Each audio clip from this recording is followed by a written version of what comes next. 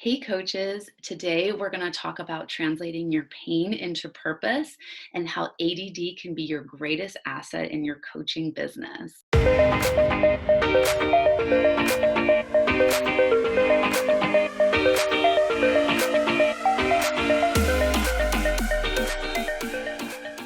So I stumbled across this amazing book, The Gift of Adult ADD, and I was obsessed with it. I loved how Dr. Lara Honos-Webb, the author of this book, looked at ADD and ADHD in this whole new empowering and positive light, and just mental health in general, whereas most of the world tends to look at mental health as like a disease and a disability. I know I haven't officially been diagnosed with ADD, but I identify with a lot of the struggles that people with ADD go through. And I have a lot of clients that have been diagnosed with ADD. Also, a lot of people who are naturally drawn to being entrepreneurs and coaches have ADD as well. So that's why I think that this conversation with Laura today is going to be really useful and helpful for all of you. So Laura is a psychologist and author and speaker. She's based in California. She's written 7 books now. She has a couple digital courses. Her work has also been featured in 25 scholarly articles. On top of that, she's been featured in USA Today, Newsweek, Wall Street Journal, US News Report, and Chicago Tribune. So basically, she's a really big deal, and we get to spend the next 30 minutes with her picking her brain. So let's go ahead and dive on in. All right. So Laura, thank you so much for agreeing to this interview tonight. And I'm so excited that my audience gets to meet you and benefit from your work and your expertise for these next 30 minutes. And I just quickly wanted to show everyone the book that started it all. So this is one of the books that Laura wrote, The Gift of Adult ADD. This book was mind-blowing. It's called How to Transform Your Challenges and Build on Your Strengths. And it was just so beautifully written in such a positive way of showing people what can be possible when you have ADD and other, just challenges. And I never seen someone have such a unique perspective on it. So I'd love to go ahead and dive right in. Okay. Can you tell our audience, so many people view ADD in a way that it's negative and bad, but you view it as like it's a super strength, and there's gifts and it's such a great skill set. So I would love to hear more of how did you form this perspective around ADD? Well, I think first of all, working with successful individuals in my practice. And the one thing that I noticed is I work with kids and families, and I also work with adults. And the kids, their lives were so bogged down with, getting good grades. And it kind of seemed like getting good grades was so much about memorization, and which is a really narrow band skill, which doesn't necessarily predict success in life. And yet so many of my adult clients were very, very successful. And as you know, in the book, I interviewed, even Paul Orfalia, the founder of Kinko's. And he talked about that he had graduated 6th from the bottom of his high school class. And he said, I can't figure out how the people got below me because I did nothing. And yet he went on to be so successful. And it became clear that creativity, for example, is one of the gifts of ADHD, and it's not something that really gets rewarded in the education system. And so there's this huge gap that I saw firsthand between people struggling in school than adults with ADHD being very, very successful. Interesting. And yeah, in your book, you did give a lot of different examples of really successful entrepreneurs who are making millions and millions of dollars now that have been diagnosed with ADD, and one of those was the founder of Kinko. So yeah, I'd love if you maybe talked a little bit more of what did that journey look like for him, and why do you feel like ADD helped to get him to where he's at today? Yeah, and I want to make sure to be clear, he was never my client. I actually reached out to him and asked him to interview him for this book because he was very public with his ADHD.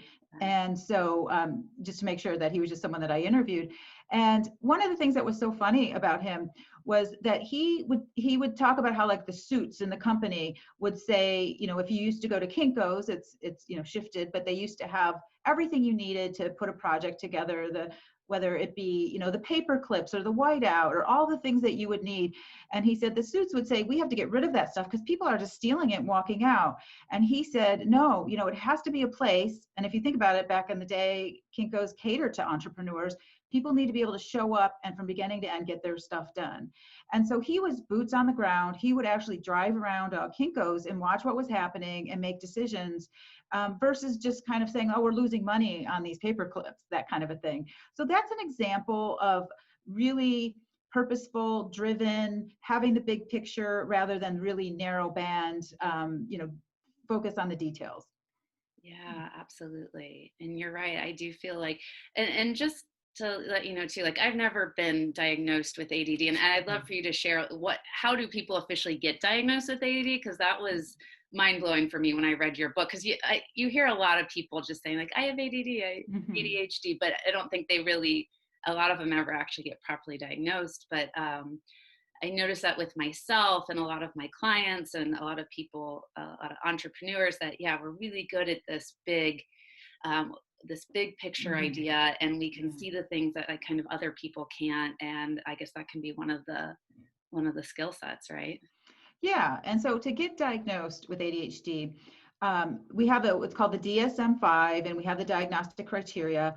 And so usually you would fill out like a checklist. And part of that checklist, you would have to, if you're an adult, you have to have 5 out of the 9 symptoms of inattention. And that would be attention deficit hyperactivity disorder inattentive subtype. And then the hyperactivity impulsive subtype is another different 9 questions, and it involves fidgeting, not being able to sit still, interrupting other people, being intrusive. And so you could be diagnosed with both combined hyperactivity and inattention, or also just hyperactivity impulsive.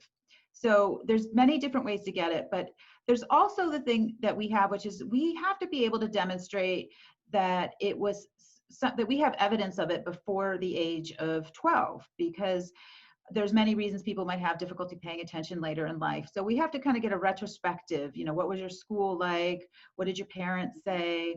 And if they weren't in fact diagnosed at that age. And the other thing you need to show is an impairment in functioning. So you're right, there's a lot of people that say, oh, I have ADHD, but they've never had the impairment in functioning, and that could be social, it could be in your family, or it could be work or school related. So those are the basics of how you get diagnosed. There's lots of different combinations of how you can do that, and how strictly people are going to follow those guidelines, but that's the basics.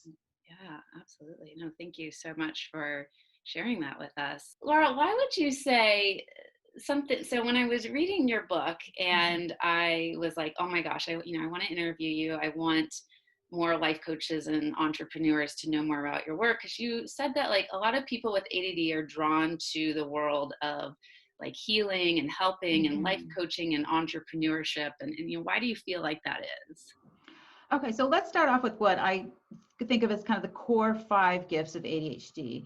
And one of them is creativity, and one is emotional sensitivity, and one is interpersonal sensitivity, sort of empathy, just another way to say that. And another is, of course, the hyperactive. And then one is I also just call like the nature smart person.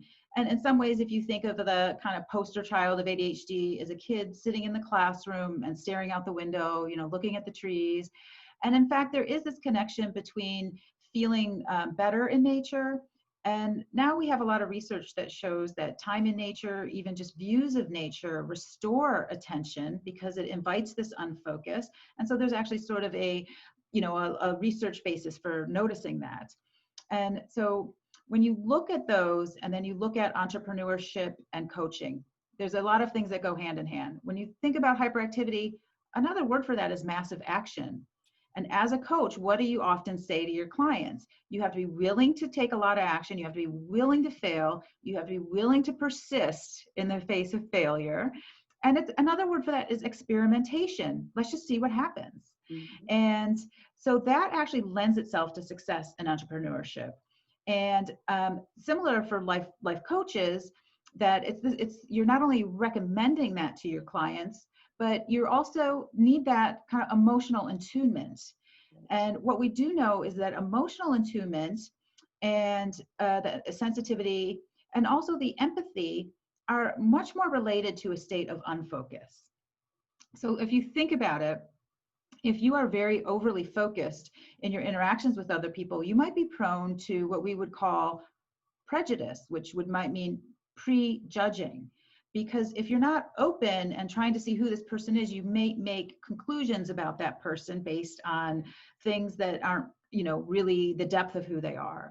And so I think there's so much benefit to really being understanding the needs of your clients when you can be sensitive to their emotions, and you can also be able to read them. One of the phrases that was in the book was, you can read people like a book sometimes with ADHD. Mm-hmm. And I told the story of someone who I'd hired to work for me. And I had interviewed a great number of people that were so well qualified. And I remember she said to me, I know what you need. You need to hire the person who is going to finish your data collection. And so you don't have to stop in the middle and hire someone new. What she did was she tuned into me and what I was going to need, and she sold me right there. Everyone could list all their wonderful, amazing accomplishments, but she all of a sudden just tuned into what I need and said, I've got that. Interesting. Yeah, no, that is a really important thing when you're coaching people, is to, really tune into the person and take a step back and say, what is it that this person really needs here? That's and it's useful in sales as well. And so that's neat. That's neat that is something that is associated with ADD. And again, like that can, if you let yourself see that as a superpower and a skill, it can be. Again, right? Like, you can go your whole life thinking like, oh my gosh, I have this, it's bad. But it's like, why do you want to spend your life focusing on, the way you were born and how your mind works, how it's bad? Like, what becomes possible when you say, well, like, actually, how can this help me thrive? How can this help me be an amazing coach or amazing entrepreneur or create change in this world? Change is Exactly. everything. Yeah. Yeah, exactly. And I think that everyone should find out what their strengths are. And because think about it, finding the right match for the kind of work that you do is going to be important, but also for our confidence. And what we know is that our confidence that we are capable and have a track record of success directly relates to our motivation, and it directly relates to our mood. And motivation and mood are so important to attention and success. So they are all interrelated. Yeah, absolutely. Yeah, I loved your free video on your website, and you had a really interesting perspective with goal setting and motivation and procrastination. And so one of the things I wanted to ask is, how do you help people overcome procrastination? Well, I mean, just kind of repeating a little bit the gift part, and then I'll expand on it, is if you ask someone who says, I don't feel like doing this, a lot of times it's because their internal monologue is about self-doubt. And this is what I've noticed in treating people, is if you have a track record, let's use the example of sales. If your track record is 9 people say no and 1 person says yes, a lot of times the mind will go to that 9 failures. But really, to be motivated, you have to think about that one time that everything went great. And in different jobs, that ratio is going to be a lot different. Hopefully you'll have some more successes, but that our minds, often we have distorted thoughts and we tend to focus on the negative. But by shifting that focus to, when's the last time I had a success, or thinking of a compliment, or thinking of a time you got appreciated, that boosts our motivation. The other thing that can boost our motivation, let's say we have a goal and it seems very big and maybe unattainable. One of the ways you can increase your motivation is just to say, okay, what's the smallest chunk of this I can do right now? And so it may be that you're like, I'm just going to make the call. I'm not going to make 25 calls. Right now, I'm going to make 5 calls, or I'm going to just make a call. And what we know is that once you get started, you can often gain that momentum. And so it's almost a little bit of a brain hack, in the sense of task initiation, just getting started is the hardest part. And so once you get started, so many times you'll keep going. Absolutely. Yeah, I mean, this is very similar to the work that I do with my clients all the time as a life coach is, Mhm. helping them to create and set goals, and then, helping them to feel motivated and to figure out why is the procrastination happening.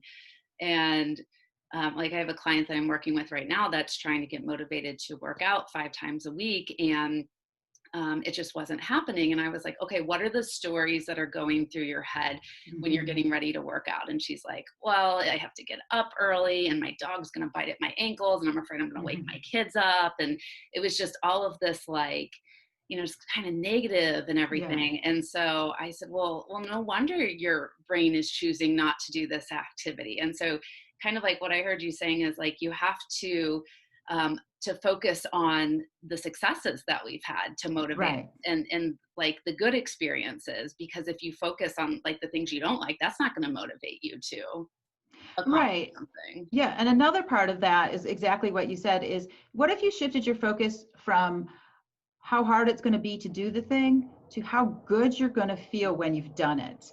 Because if you just shift that, like, okay, let's imagine into your future self that is coming back, you've just worked out, how great do you feel?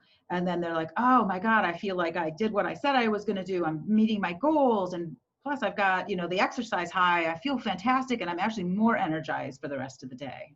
Right, right. Yeah, that's great. And this seems like this is useful advice of whether someone has ADD, ADHD or not, that could, benefit from that information right there. Yeah, I think that that's true. And actually, some experts are talking about a crisis of cognition, that because the phones in our hands and the social media that are there are so addictive, that we all have these massive distractions that are designed to be addictive. And so it's affecting more and more people. Hmm. Yeah, one of the quotes you said in your video, and I don't think it was from you, but you requoted Mhm. it, is that social media is the cigarettes of this generation. Yeah, some people have said that it's something that is commonly used and that is addictive, but we haven't even begun to explore what that's going to do. And I think that was in the context of a crisis of cognition. It wasn't something I said myself. That this idea that we are just on the brink of seeing what the effects are on our attention span and our motivation, and it turns out that the emerging evidence is that it is not, it impacts our executive functioning, our attention, and our motivation, and our emotional regulation in negative ways. Yeah, yeah. So then this is like affecting everyone essentially. And then someone who's diagnosed with ADD who's Mm-hmm. already having extra struggles with focusing, this is just like kind of seems like another challenge that they have to deal with Absolutely. every day. Yes. Yeah. So how do you really help, when someone comes to you, and I can imagine that's a common complaint is saying like, I can't focus, how Mm-hmm. do you help someone through that?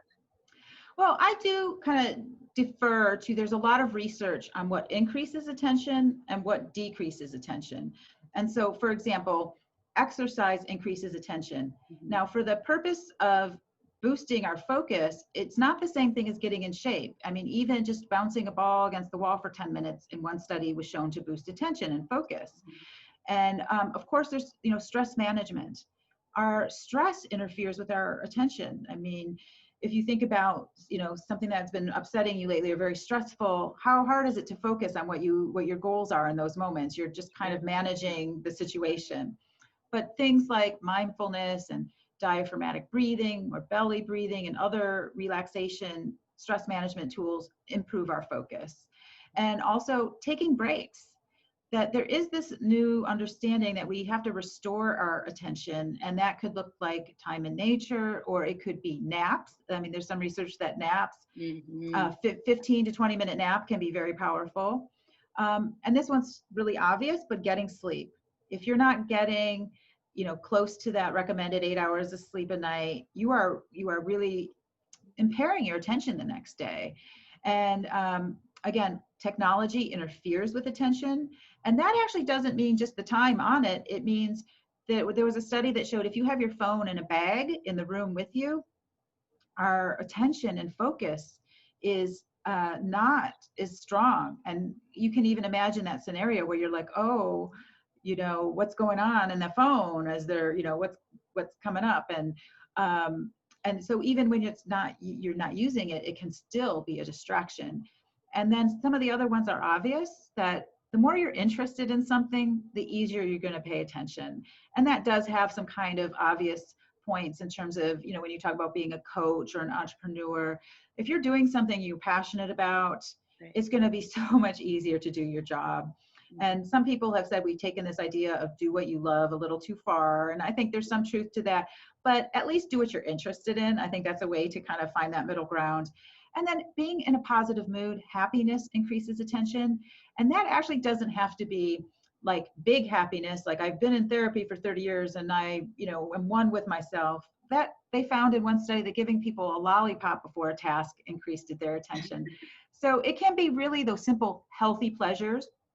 Maybe a lollipop is actually not a healthy pleasure, but it could be those things that we enjoy going to, could be the exercise. It could be, finding things in nature that you like. It could be just those things that are somewhat healthy, but we just enjoy doing them.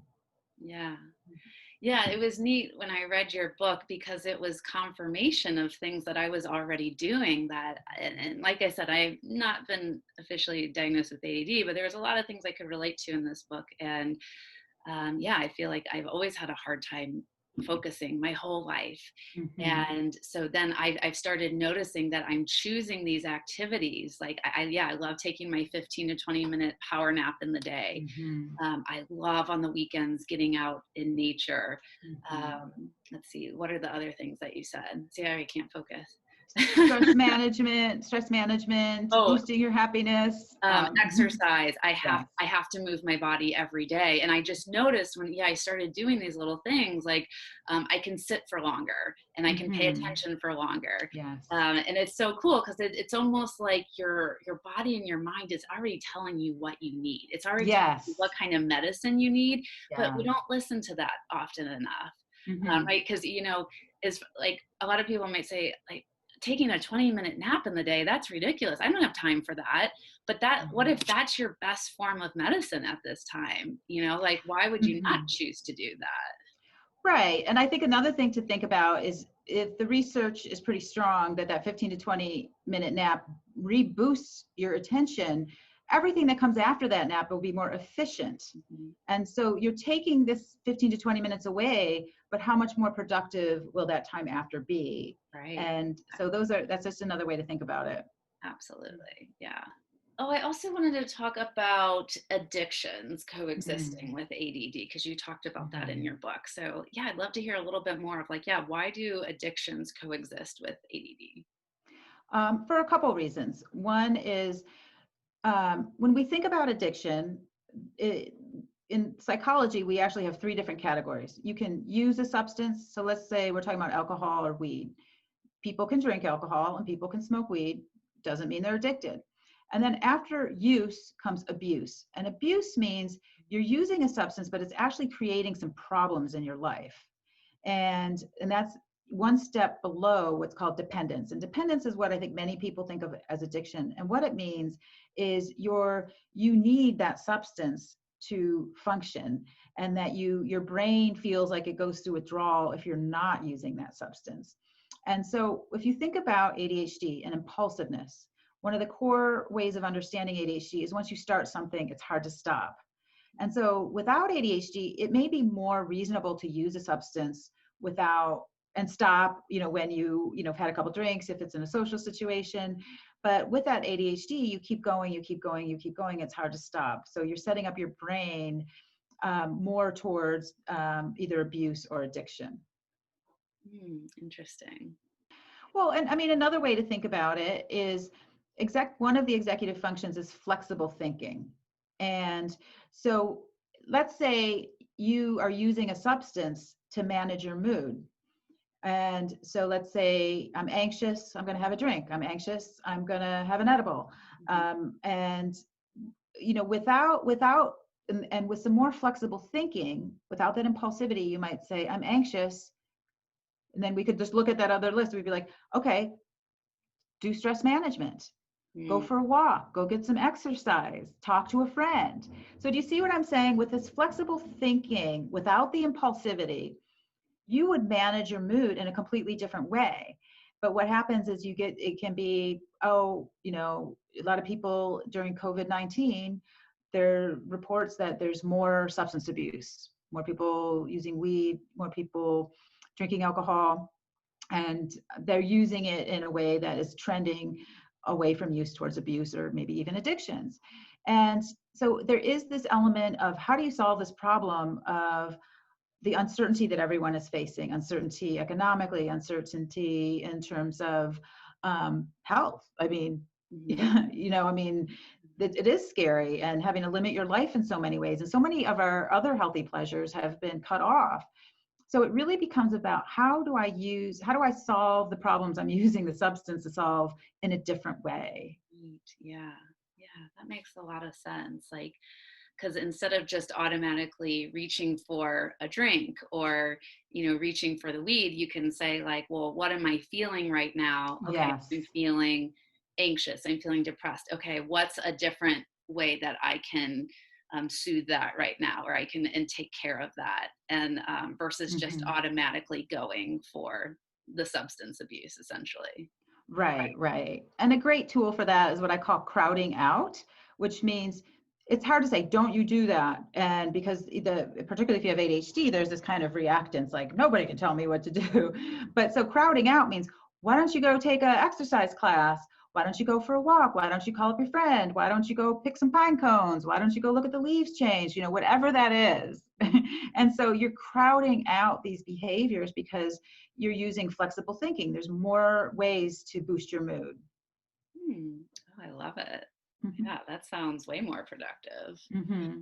Also, something too, I think you had mentioned in your book that addictions coexist with ADD too, because they feel like their mind is going a million miles a minute, and they Yes. want it to slow down. Like they kind of feel like they're over here and everybody's trying to catch up, and so they can kind of like match the pace of where everybody else is at. Did I get Yes. that correct? Yeah, thank you for mentioning that, because that's very specific to the hyperactivity part. Mm. And absolutely, I mean, if you feel like you're bouncing off the walls and other people have judgments about that, or you're afraid of other people's judgments, those substances people can report that it feels like it's just bringing them down to other people's level. Thank you for bringing that up. That was a great catch, because I think that's another great way of understanding it. Yeah, I mean, I think it's so easy to judge on the outside. Like we see Mm-hmm. someone who's like, we say, oh, they're a pothead. They just smoke pot all Mm-hmm. the time. They don't care about Mm-hmm. life and they're lazy. But like, what if like there's more to the Yeah, story, there always is. right? Yes, Yeah. yes. Yeah, I mean, so much of my work is about taking away stigma from mental illnesses, obviously ADHD. Mhm. But it seems like addictions is that last frontier of taking away that stigma, that these are people who are trying to solve some very legitimate problems. And as I said, they're just not using flexible thinking. They're not finding other options to solve some of these problems, and or they're trying to fit in the case of the hyperactivity, which you brought up. And I'm imagining that maybe no one ever sat down with them and taught them that they have these different tools to use, or how to do emotional intelligence or flexible Mm-hmm. thinking, or and that's why I think it's so important to have mentors, coaches, therapists in your life Mm-hmm. that can teach you that your brain's not flawed, it's not fucked Mm-hmm. up. Like Right. your brain works in this special unique way, and Yeah. how can we give you these tools to manage it and better. Mm-hmm. And then I imagine like if we had more of that compassionate support, maybe we'd have less people ending up in jail or Mm-hmm. committing suicide, or just homicide, or all these other probably bigger side effects from things that have gone unresolved in someone's life for a long time. Yes, thank you for that. I think that's a really compassionate way at looking at the way we judge people in terms of whether it's addictions or leading to criminal activity, and that there's so much hope in rehabilitation, whether it's criminal activity and or addictions. Yeah, definitely. Is there anything else, Laura, that you want to add for our audience today before we wrap up this conversation? I think that maybe one way to think about it is neurodiversity. And it's this idea that we all have all kinds of minds, and that I think with ADHD, the education system is particularly, to the extent that it focuses on getting the right answer, whereas a creative person's like, I want to come up with a lot of answers, so just exactly kind of where you landed at the end is this, that every brain has strengths and weaknesses, and it's in your best interest to find out what your strengths are, to match the life you're creating for yourself to those strengths, and to, give your gifts to the world. That's what gift means. Other people benefit from it, and what a service it is to other people. Right, absolutely. Oh, that's so beautiful. And yeah, thank you for sharing that. And yeah, it would be really nice if I don't know, I'm not in the psychology world, but it just really does seem like the way you approach things, Laura, is so unique and different from most psychologists. And that's why this book so stood out to me. It was just like, wow, what a unique perspective on something that I've never heard someone talk about ADD, ADHD in this beautiful positive light, and just mental health in general in this beautiful positive way. So, really thank you for sharing your gifts with the world, because the world needs to hear this. Oh, thank you so much, Krista. Yeah, of course. And so you have 7 incredible books. There's also one, I think, called The Gifts of Depression, right? Yes, yeah. Yeah, I think that's Oh, going actually, to be honest with you, it's called Listening to Depression. One of the original titles was The Gift of Depression, and the publisher thought that's like going too far with it. And so listening depression, because depression is by definition being unhappy and sad. And so, but the idea is that if you listen to the depression, it sometimes can be a communication to yourself, from yourself, about yourself, to give yourself permission to change course, or to just be present. Depression is like, I don't feel like doing anything. Well, maybe there's some wisdom, like maybe you can just be present with who you are and where you are, and you'll get some signals from the universe about what's next. Who knows? But so it's actually called Listening to Depression. Got it. Okay. Yeah, I'm definitely going to read that next. But yeah, that's something I do with my clients all the time when they reach out to me and they're saying, yeah, I'm feeling anxious. I'm having a panic attack. I'm depressed. I have depression. I'm like, oh, tell me more. What is it trying to tell you at this time? Instead of like so labeling as, oh, that's bad, we need to get rid of that panic attack, or rid of it. Like, I'm like, just tell me more. What's it trying to tell you? What kind of clues, hints is it trying to tell you of where we need self-care on a deeper level? Or we need to, maybe you're in this relationship that's not aligned, or I don't know, it just can tell us so much about ourselves if we take the time to listen. So I think that's a great title for your book. Thank you. You're doing great work too, Krista. Wow, that's good. In terms of having them sit with, like, what is this telling you? That's beautiful. Yeah, thank you. I just listen to my intuition, and it tells me to, like, kind of like we were talking about in the beginning, of like really focusing in on the person and saying, like, okay, what does this person really need right now, and tuning into that. That's really helpful, I think, for myself as a coach. So. Good. Yeah. Okay. So yeah, you have 7 amazing books. You have a couple of digital courses on your website. Lots of great offerings. What is the best way? What's the next steps from here? Someone's watching you speak and they want to see what else you have to offer. Where can they go next? Well, my website is add.gift.com. And there you'll find links to all of my books, and you'll see that I have 3 online courses, one for adults with ADHD, one for parents who have kids that have executive functioning issues, and one for people who are therapist type people. And it's a 10-hour training program for how to implement these books into treating other people. Okay. Wow. Yeah, I can imagine. Yeah, if you're a parent with a child with ADD, ADHD, these, the books and courses, that would be so great for the parent, because I can imagine that's so hard on a parent when they don't know what to do and how to support their child. So that's amazing. If I ever come across a client and they're struggling that way, I'm immediately like just going to send them to your website and say, all right, read Laura's books, take her courses, because I'm sure that would help. Yeah, thank you, Krista. Yeah, of course. All right. Well, thank you so much.